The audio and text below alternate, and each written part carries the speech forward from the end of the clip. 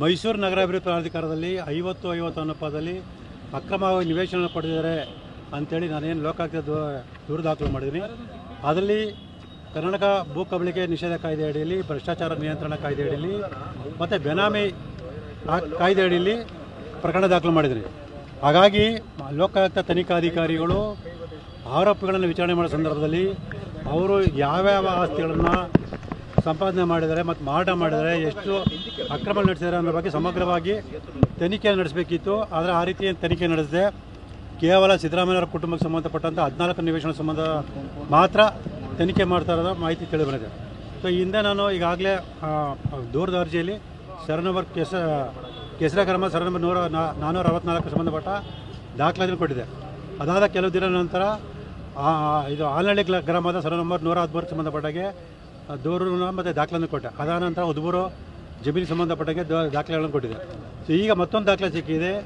ದಟ್ಕಳ್ಳಿ 3ನೇ ಹಂತದ ನಿವೇಶನ ಸಂಖ್ಯೆ 3553 ಸಂಖ್ಯೆಯ 50-80 ಅಳತೆ ನಿವೇಶನವನ್ನು ಸಿದ್ದರಾಮಯ್ಯರು ಮೊದಲನೇ ಬಾರಿಗೆ ಮುಖ್ಯಮಂತ್ರಿ ಆಗಿದ್ದ ಸಂದರ್ಭದಲ್ಲಿ ಅಂದರೆ 1997ನೇ ಇಸ್ವಿಲಿ ಚಾಮುಂಡೇಶ್ವರಿ ಕ್ಷೇತ್ರದ ಶಾಸಕರಾಗಿದ್ದಂತಹ ಎಂ ಸತ್ಯನಾರಾಯಣವರು ಮಂಜೂರಾತಿ ಮಾಡಿಸ್ಕೊಂಡು ಅಲ್ಲಿನ ಆಗಿನ ನಿಯಮದ ಪ್ರಕಾರ 10 ವರ್ಷಗಳ ಕಾಲ ಯಾರಿಗೂ ಪರಭಾರೆ ಮಾಡುವಾಗಿಲ್ಲ ಮತ್ತು ಮನೆ ಕಟ್ಟಲಿಲ್ಲ ಅಂದರೆ ಅವರಿಗೆ ಪ್ರಾಧಿಕಾರ ಕರೆಪತ್ರ ಕೊಡುವಾಗಿಲ್ಲ. ಆದರೆ ಈ ನಿಯಮಗಳನ್ನು ಉಲ್ಲಂಘನೆ ಮಾಡಿ ಕೇವಲ 5 ವರ್ಷ 5 ತಿಂಗಳ ನಂತರ ಅವರಿಗೆ ಮನೆ ಕಟ್ತಿದ್ರು ಕೂಡ ಕ್ರಯಪತ್ರ ಕೊಟ್ಟಿದ್ದಾರೆ. ಆ ಕ್ರಯಪತ್ರವನ್ನು ಆಧರಿಸಿ ಎಂ ಸತ್ಯನಾರಾಯಣವರು 2008ನೇ ಇಸ್ವಿಲಿ ಶ್ರೀಮತಿ ಪಾರ್ವತಿ ಅವರಿಗೆ 24 ಲಕ್ಷ ರೂಪಾಯಿ ಮಾರಾಟ ಮಾಡಿರೋ ಕ್ರಯಪತ್ರ ದೊರೆತಿದೆ. ಇದಾದ ಕೇವಲ 6 ವರ್ಷಗಳಲ್ಲಿ ಅಂದರೆ 2014ರಲ್ಲಿ ಶ್ರೀಮತಿ ಪಾರ್ವತಿಯವರು ಶ್ರೀಮತಿ ಸುಲೋಚನಾ ಪಿ ರಮೇಶ್ ಅಂದರೆ ರಮೇಶ್ ಅವರು ಕೂಡ ಕಾಂಗ್ರೆಸ್ ಮುಖಂಡರು, ಅವರ ಹೆಂಡತಿ ಶ್ರೀಮತಿ ಸುಲೋಚನಾ ಅವರ ಹೆಸರಿಗೆ 1 ಕೋಟಿ ರೂಪಾಯಿಗೆ ಮಾರಾಟ ಮಾಡಿದೆ ಅಂತೇಳಿ ಕ್ರಯಪತ್ರ ನೋಂದಣಿ ಮಾಡಿಕೊಂಡಿದ್ದಾರೆ. ಇದ್ರ ಬಗ್ಗೆ ಲೋಕಾಯುಕ್ತ ಅಧಿಕಾರಿಗಳು ಯಾಕೆ ತನಿಖೆ ಮಾಡಿಲ್ಲ? ಇದನ್ನೆಲ್ಲ ಗಮನಿಸಿದಾಗ ತನಿಖಾಧಿಕಾರಿಗಳು ಏಕಪಕ್ಷೀಯವಾಗಿ ನಡ್ಕೊಳ್ತಾ ಇದ್ದಾರೆ. ನನ್ನ ದೂರದಲ್ಲಿರುವ ಸಮಗ್ರ ವಿಚಾರಗಳ ಸಂಬಂಧಪಟ್ಟಾಗೆ ಸಮಗ್ರ ತನಿಖೆ ನಡೆಸಲು ಕಂಡುಬರುತ್ತದೆ. ಹಾಗಾಗಿ ಇವತ್ತು ನಾನು ಈ ದಾಖಲಾತಿಗಳೊಂದಿಗೆ ಒಂದು ಮನವಿ ಪತ್ರ ಕೊಟ್ಟಿದ್ದೀನಿ. ಮತ್ತು ಇಲ್ಲೆಲ್ಲದಕ್ಕಿಂತ ಮುಖ್ಯ ಗಮನಿಸಬೇಕಾದ ಮತ್ತೊಂದು ವಿಷಯ ಏನಂದರೆ, ಏನು ಹಿಂದಿನ ಮೂಡಾದ ಆಯುಕ್ತರಾಗಿದ್ದ ಡಿ ಬಿ ನಟೇಶ್ ರವರು ಒಂದು ಅಧಿಕೃತ ಆದೇಶವನ್ನು ಮಾಡಿದ್ದಾರೆ. ಅದನ್ನು ಗಮನಿಸಿದಾಗ ರಿಟ್ ಅರ್ಜಿ ಸಂಖ್ಯೆ 15-16ರಿಂದ 15-16-20/2016ವರೆಗಿನ ಪ್ರಕರಣದಲ್ಲಿ ಅಂತಿಮ ತೀರ್ಪು ನೀಡಲಾಗಿದೆ. ಅದರ ಪ್ರಕಾರ ನಾನು ನಿವೇಶನ ಪಡೆಯುವಂತೆ ಆದೇಶ ಮಾಡಿದೆ.